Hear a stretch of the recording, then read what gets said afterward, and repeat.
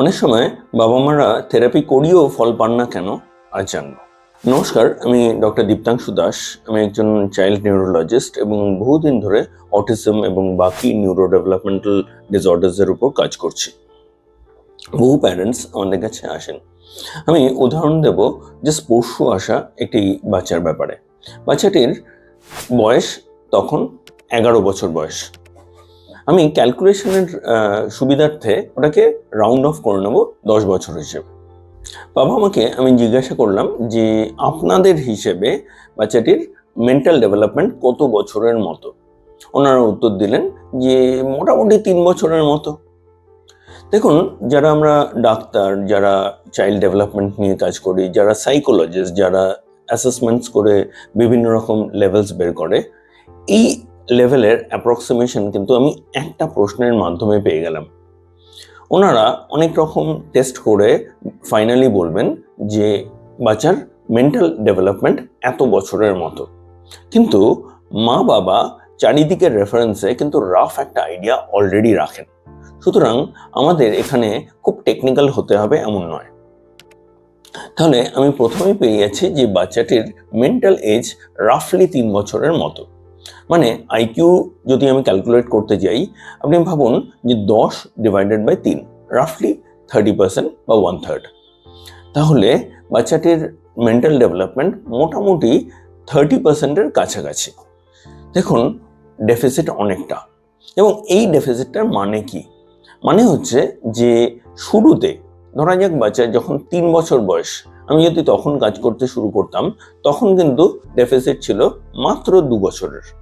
এটাই যখন 10 বছর বা 11 বছর হয়েছে, তখন গ্যাপটা বাড়তে বাড়তে এসে মোটামুটি 7 বছর বা 8 বছর এরকম একটা লেভেলে দাঁড়িয়েছে।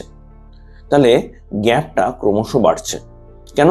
সে নিজের পেসে যদি এগোয়, সে কিন্তু মোটামুটি 30% পেসে এগোচ্ছে, ঘাটতি থাকছে এবং ঘাটতিটা ক্রমশ বাড়ছে। এবং ক্রমশ আমরা দেখতে পাচ্ছি যে বাচ্চাটা নর্মাল লাইফে ফেরার অযোগ্য তৈরি হচ্ছে। কেন? তার ডেফিসিট এতটা যে আমরা ক্যাচ আপ করাতে পারছি না। কিন্তু এই ডেফিসিটটা ফাইনাল নয়। যত আগে আমরা ওয়াকিবহাল হব, আমরা কিন্তু সিস্টেমেটিক্যালি কাজ করতে পারবো। তাহলে এই বাবা মা কি বাচ্চার উপর কাজ করেননি? এমন কিন্তু নয়।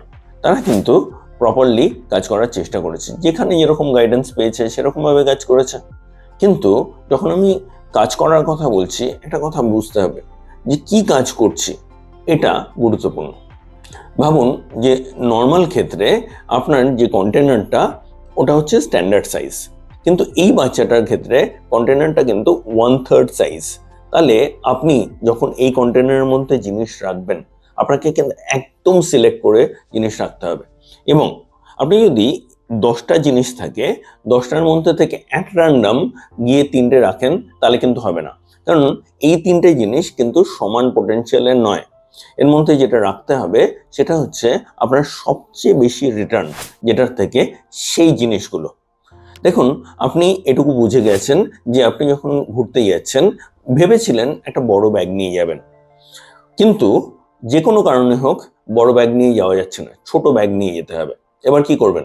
এর মধ্যে যে কটা জিনিস না নিলেই নয়, যেটা আপনার লাগবেই এবং যেটা ছাড়া চলবে না, আপনি সেরকম জিনিস আপনি নেবেন, তাই তো? এক্ষেত্রেও একই জিনিস। আমাদের সেখানে কিন্তু যত রকম জিনিস প্রয়োজন 1 2 3 4 5 করে রেখে যাচ্ছি না, এটা নিয়ম নয়। ইনফ্যাক্ট এখানে যেটা করতে হবে ঠিক তার অপোজিট। আমাকে 10টা জিনিসের মধ্যে থেকে বাছতে হবে যে কোন জিনিসটা, এবং এটা কিন্তু ডেভেলপমেন্টাল সিকোয়েন্স অনুযায়ী। তার মানে আমি যখন বাচ্চাটির সাথে কাজ করছি, ধরা যাক এখন বাচ্চাটির বয়স হচ্ছে 5 বছর বয়স। আমি যদি এই অবস্থায় ভাবি, আমাকে দুটো জিনিস দেখতে হবে। একটা হচ্ছে 5 বছর বয়সে একটি বাচ্চার কি কি করতে পারার কথা, এবং নেক্সট হচ্ছে যে এই বাচ্চাটি 5 বছর বয়স হলেও এখন কি কি করতে পারে। শুধু তাই না, যখন আমি এখনকার অবস্থা বলছি, আমাকে কিন্তু ওখানে এটাও দেখতে হবে কোন কোন জিনিস ও ওর বাকি লেভেলের থেকে বেটার পারে। তাহলে যে যে জায়গাগুলো বেটার পারে, আমাকে কিন্তু কাজ করতে হবে ওটাকে কিভাবে নেক্সট লেভেল নিয়ে যাব। সিমিলারলি আমরা যখন বলছি বাচ্চাটি যে যে চ্যালেঞ্জ ডাইরেক্টলি ফেস করছে, কোনটা এক্ষেত্রে রোড ব্লক হিসেবে কাজ করছে, বটলনেক হিসেবে কাজ করছে, মানে ওখানে এসে সবকিছু আটকে যাচ্ছে। আপনাকে ছাড়াতে হবে ওই পার্টিকুলার জিনিসটা, যে কোনো জিনিস না। বেশিরভাগ ক্ষেত্রে যখন আপনারা থেরাপিস্টদের কাছে যান, তারা কিন্তু এত কিছু বোঝে না। তারা বোঝে নির্দিষ্ট কয়েকটা জিনিস, এবং তারা নিজেরা স্পেসিফিক কতগুলো ট্রেনিংয়ে ট্রেন্ড, কতগুলো টেকনিক তারা জানে সেইভাবে। তাহলে এবার তারা যে জিনিসটা চেষ্টা করবে, তাকে 1 2 3 করে তারা যে টেকনিক জানে এটা শেখানোর, কিন্তু তাতে কিন্তু ফল হবে না। কেন? তার রিকোয়ারমেন্ট অনুযায়ী এটা প্রায়োরিটাইজ নয়। যদি আপনি তার রিকোয়ারমেন্ট অনুযায়ী প্রায়োরিটাইজ করতে না জানেন, আপনি ওকে অনেক কিছু দেবেন, কিন্তু ওর কন্টেনার তো খুব ছোট, এবং তার মধ্যে বেশি জিনিস আটবে না। যখন বেশি জিনিস আটছে না, বাকিগুলো উপচে পড়বে, আপনার ফ্রাস্ট্রেশন আসবে, কিন্তু এফেক্টিভলি কাজ হবে না। কেন? আপনি আপনার কাছে যে অ্যালোকেশনটা ছিল আপনি ঠিক ইউজ করেননি। আপনার কাছে অ্যালোকেশন ছিল যে ওই সময়ের মধ্যে আপনি বেস্ট আউটপুট এনশিওর করুন। আপনি বেস্ট আউটপুটের বেঞ্চমার্ক লাগলেন বাকিদের যা, কিন্তু আগে আপনাকে জানতে হবে আপনি সবার জায়গায় নেই। আপনার স্পেসিফিক যা সিচুয়েশন, আপনি যদি সেইভাবে কাজ না করেন, এবং সেখানে এই প্রায়োরিটাইজেশনটা খুব গুরুত্বপূর্ণ। এই প্রায়োরিটাইজেশন আপনাকে কেউ শিখিয়ে দেয়নি, ইনফ্যাক্ট থেরাপিস্টদেরও কেউ শিখিয়ে দেয়নি। এটা হচ্ছে প্রবলেম। ইনফ্যাক্ট যখন থেরাপিস্টরা কাজ করেন, আলাদা আলাদা থেরাপিস্ট আলাদা আলাদাভাবে কাজ করেন। দেখতে গেলে যখন আপনি 3 ধরনের থেরাপিস্টের কাছে যাচ্ছেন, তারা নানান ধরনের জিনিস দেবে আপনাকে করতে, এবং যখন তারা এগুলো দেবে, আপনি যখন করতে যাবেন, চ্যালেঞ্জ কোথায় হবে জানেন? আপনার 10টার জায়গায় এবার 15টা জিনিস হয়ে গেছে। কন্টেনার সাইজ কিন্তু 1/3, মানে 3টে জিনিস ওতে ঢোকাতে পারবেন। আপনি যদি এবার প্রায়োরিটাইজ না করতে পারেন, আপনি এবার নর্মাল একটা বাচ্চার ক্ষেত্রেই 10টা জিনিস ঢোকাতেন, এবার আপনি 15টা জিনিস ঢোকানোর চেষ্টা করছেন, এবং জায়গা হচ্ছে 3টে জিনিসের। জাস্ট বুঝুন এইখানে প্রবলেম হয়। সুতরাং তারা ভালো জানেন না জানেন, তারা এক্সপার্ট কিনা অনেক পরের ব্যাপার। কথাটা হচ্ছে তারা আপনার বাচ্চার প্রবলেম সলভ করতে জানেন কি, এবং তারা যদি সেটাই না করতে পারেন, আমি কিন্তু তাদের এক্সপার্ট হিসেবে মানি না। দোষ দেওয়ার জন্য না, একটা ভাবনার পার্সপেক্টিভ দিচ্ছে, এবং এটা যদি আপনি অ্যাডপ্ট না করতে পারেন, আপনার বাচ্চা কিন্তু এগোতে পারবে না। আমরা যখন বাচ্চার সাথে কাজ করি, আমরা কিন্তু এই কনসিডারেশনগুলো রেখে কাজ করি, এবং যখন আমরা IEP, individualised education plan develop করি, সেখানে আমরা আরও অনেকগুলো বাড়তি কনসিডারেশন নিই।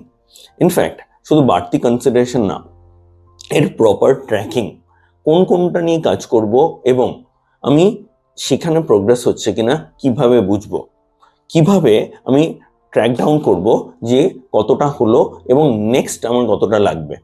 এই যে ডিফাইন করার ক্যাপাসিটি, এটা কিন্তু বেশিরভাগ লোকের নেই, যার ফলে তাদের শেখানো হয়েছে 1-এর পর 2, 2-এর পর 3, 3-এর পর 4 করবে। কিন্তু এখানে এগোতে গেলে আমাকে কিন্তু 1-এর পর 3 নিতে হলেও আমায় এমন ব্রিজ দিয়ে নিতে হবে যে ওটা কন্টিনিউয়াস বেসিসে আসে, সেখানে স্টেপ জাম্প হয় না। তাহলে আমি বলছি স্টেপ জাম্প করবেন না, আবার বলছি 1-এর থেকে 3-এ যেতে হবে। তাহলে এই যে কোরিলেশন, এই জায়গাটা রাখতে শিখতে হবে, এবং সেটা ছাড়া বাচ্চাকে ফল দেওয়া যাবে না। আশা করি একটা রাফ আইডিয়া আপনাকে দিতে পারলাম যে কোথায় সমস্যা হচ্ছে। আপনারা বাচ্চাকে নিয়ে থেরাপি করছেন, বিভিন্ন জায়গায় যাচ্ছেন, কিন্তু ফল পাচ্ছেন না, এবং বলবো যে এক জায়গায় যাওয়ার চেয়ে 5 জায়গায় যাওয়া ভালো নয়। অনেক প্যারেন্টস ভাবেন যে বাচ্চাকে নিয়ে বিভিন্ন জায়গায় যেতে হবে আমি যদি প্রপার রেজাল্টস চাই, কিন্তু এমন কিন্তু নয়।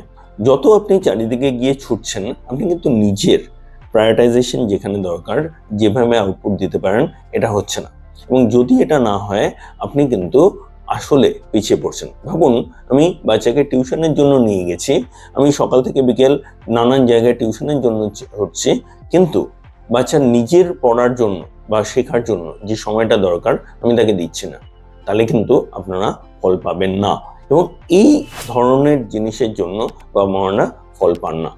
যদি আপনার মনে হয় যে আমরা আপনাকে সাহায্য করতে পারি, যোগাযোগ করুন, নিচে আমাদের কন্ট্যাক্ট নাম্বার দেওয়া রয়েছে, আমাদের ট্রেনিংয়ের ডিটেলস দেওয়া রয়েছে। সুতরাং আমাদের থেকে আসুন, বুঝুন, শিখুন। আমরা অবশ্যই আমাদের দিক থেকে যেটুকু পারবো আপনাকে হেল্প করব। এবং আমরা আপনার দৌড়কে আমাদের নিজেদের দৌড় হিসেবে ভাববো, আপনার সাথে দৌড়বো। এমন নয় যে আপনাকে এক্সপার্ট ওপিনিয়ন দিয়ে ছেড়ে দিলাম, আপনি কি করবেন না করবেন আপনি বুঝুন। এটা আমাদের প্রসেস নয়। সুতরাং যদি মনে করেন সাপোর্ট লাগবে, যোগাযোগ করুন এবং নিচে কমেন্ট করে জানান যে কি কি ধরনের জিনিস আপনারা জানতে চান। যদি ভালো লেগে থাকে লাইক মারুন। আজকের জন্য এটুকুই। নমস্কার।